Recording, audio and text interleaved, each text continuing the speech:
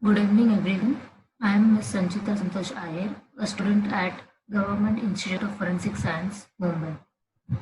Today, I am here to present my session on forensic examination of fibers, that is, fiber analysis. So,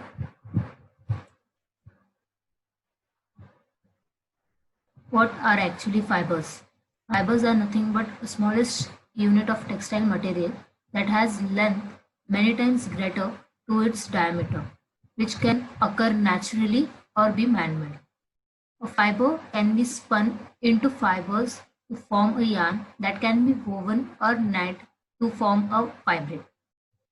Also, when the transfer of fibers occur from person to person, it depends on its type and length. It is therefore any transfer of fiber also useful in establishing a relationship between objects and fibers. Fiber is usually a natural or synthetic substance that is significantly longer than its width. They are often used in the manufacture of other materials, which we will see in the further presentation. Fibers are essential components and basic units for making yarns. The residue of any type of fibers can be very useful in the scene of crime after the crime has taken place by taking the Locard's principle of exchange into the consideration, which says that whenever two identities come in contact, there is exchange of traces mutually, which was first initiated by French scientist Edmond Locard. So these are the types of fibers. Fibers can be classified into natural and man-made fibers. Natural is further classified into animal, vegetable, mineral, about in which we will study detail in next slides. Then man-made can be organic or inorganic, in which inorganic consists of carbon, ceramic, glass, metal, etc. Organic can be from synthetic polymers or natural polymers, wherein synthetic polymers includes polyester, polyamides, polyurethane, polyvinyl derivatives, polyolefin, whereas from the fibers from natural polymers include cellulose ester, rayon, regenerated protein, rubber, etc. So, as we just had a look over types of fibers, here it's detailed in further slides. Fibers are mainly classified as natural and man-made fibers on the basis of its sources. Fibers which are obtained from animals are called as animal fiber. They are made up of protein molecules composing of carbon, hydrogen, oxygen, and nitrogen, where examples for animal fibers are wool, silk, hair, etc. Fibers which are derived from plants are called vegetable fibers and also called as cellulosic fibers, as the basic material of all the plant life is cellulose. It is made up of carbon, hydrogen, and oxygen. Cotton, flax, linen, jute, sisal for rope are some of the examples for vegetable fibers. In the picture below, you can see the given examples. Mineral fibers are the inorganic materials shaped into fibers and are mainly used in the fireproof fabrics. They are resistant to acids and are used for industrial purposes. Asbestos is the example of mineral fiber, which is also used in chemical laboratories. These are the detailed information of man-made fibers. Fibers that are not naturally present in nature and are made artificially by man are referred to as man-made fibers. They have high strength, strong when wet, and low moisture absorption characteristics. Depending on raw material chosen for making of the fibers, they are classified into different subtypes as shown in the previous slide of the types of fibers. Some examples of man-made fibers are rayon, which is the first artificial fiber from wood; acetate, artificial fiber, wood, satin; nylon, first synthetic fiber; olefin, synthetic carpet fiber; acrylic, synthetic wool fiber; polyester, most common synthetic specialty fibers are Kevlar and spandex.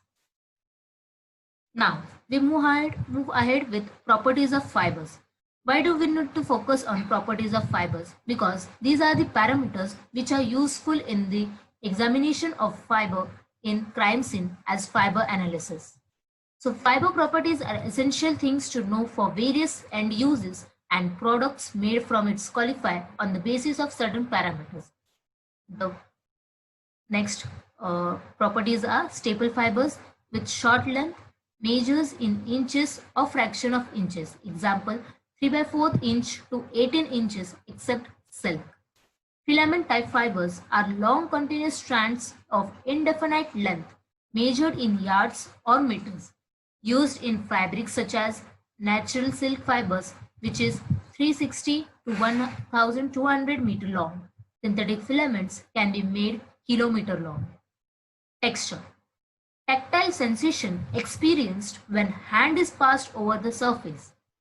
Fabric made from staple fibers are lightly rough, while those made from filament fibers are smooth. Resilience. Resilience is fiber when compressed and later when pressed is released.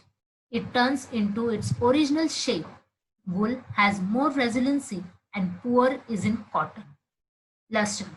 Luster is seen when light is reflected from the surface. Silk and synthetic have luster than cellulosic fibers. Static electricity. Static electricity is generated from the friction of the fiber when it is rubbed against itself or other objects. Crimp is the waviness of the fiber. Property of having crimp gives elasticity to the fiber. Finer the wool, more will be the crimps. Elasticity is the ability of stretched material to return immediately to its original size.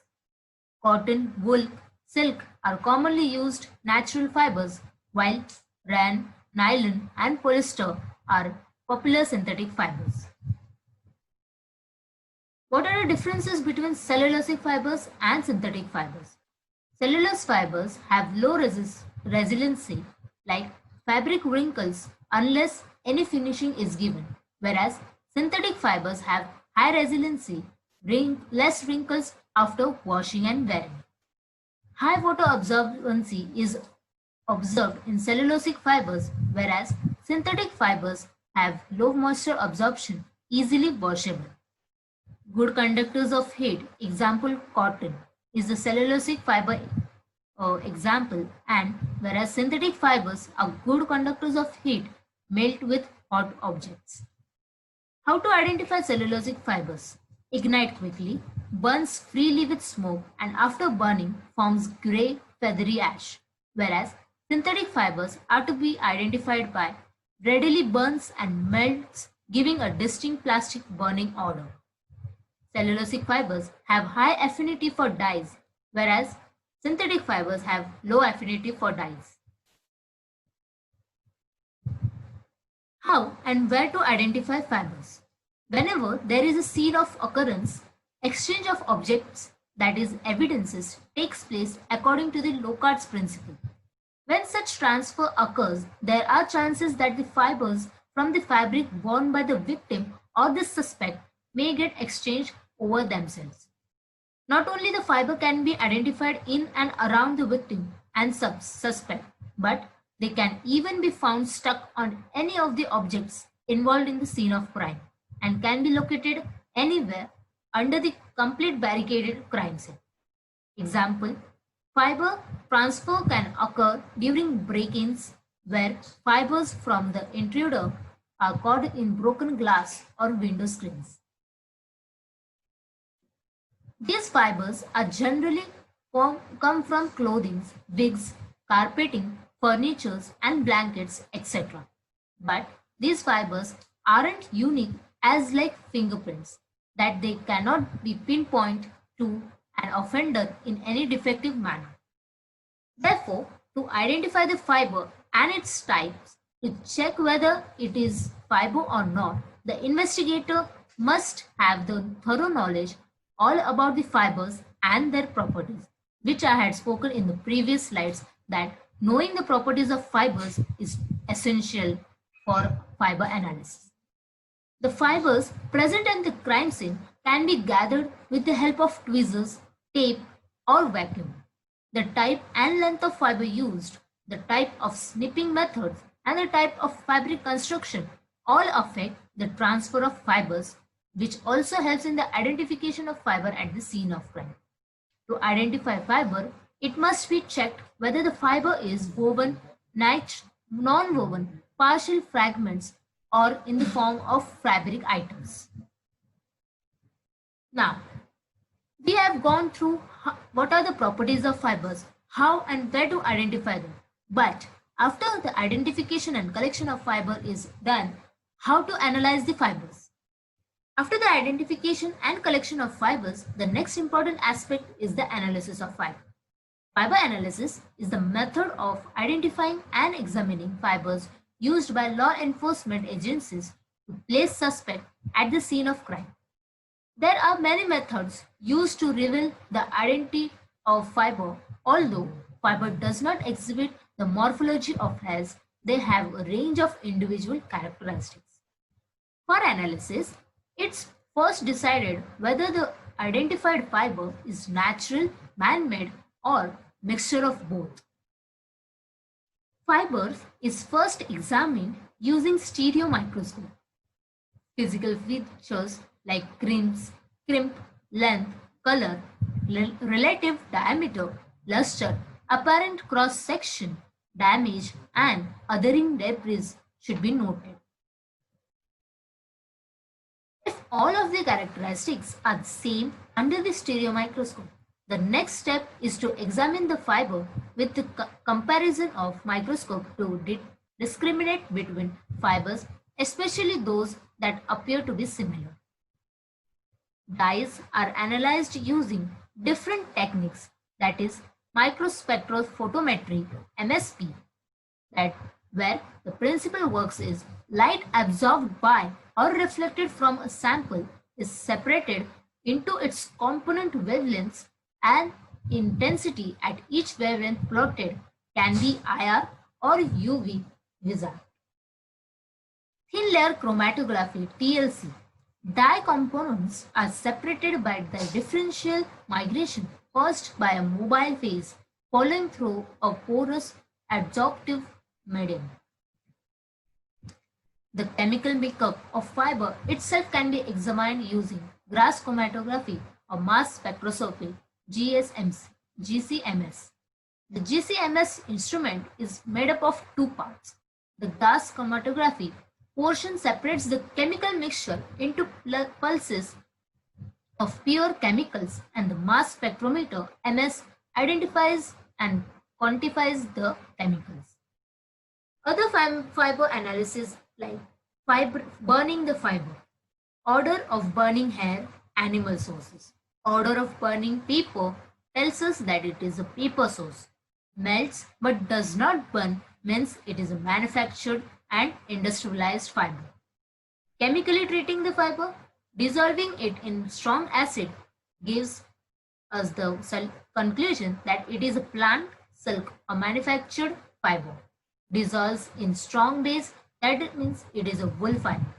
Also, the investigator needs to analyze the length of the time between the actual physical contact and the collecting items, clothing items from the suspect or victim is also important. Now, what are the applications of fibers? Why are we knowing the properties of the fibers? Why are we analyzing them and collecting them? Because they are the trace evidence. Let us know whether they were in any contact between the individuals. They also tells us whether it was a homicide, assault, sexual offense, hit and run, burglaries. Advantage of having fiber analysis can remain intact for years. So the analysis can even be done after the case is solved if any suspicious thing about the case is opened again. It can be easily transferred. Disadvantage of fiber analysis is it also only tells us about the class characteristics. Othering problems due to type of fiber or type of receiving material. Now, importance of fiber as an evidence. Greater the number of fibers, the more likely that contact actually occurred between these individuals. The length of time between the actual physical contact and the collection of clothing items from the suspect or victim is also important. The location of fibers on the different areas of the body on specific items at the crime scene influences the significance of fiber association, whether how the contact must have occurred. The identification of less common plant or animal fibers at the crime scene or on the clothing of the suspect or victim would have increased significance.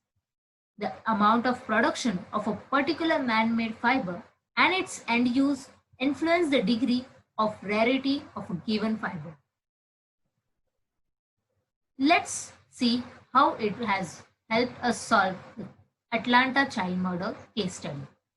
In the year of 1979 to 1981, 29 people strangled by the serial killer. Most of the victims were children. People staked out of a local river where other bodies were dumped, then arrested Wayne Williams as he was driving away from the area where a body was recovered a couple of days later.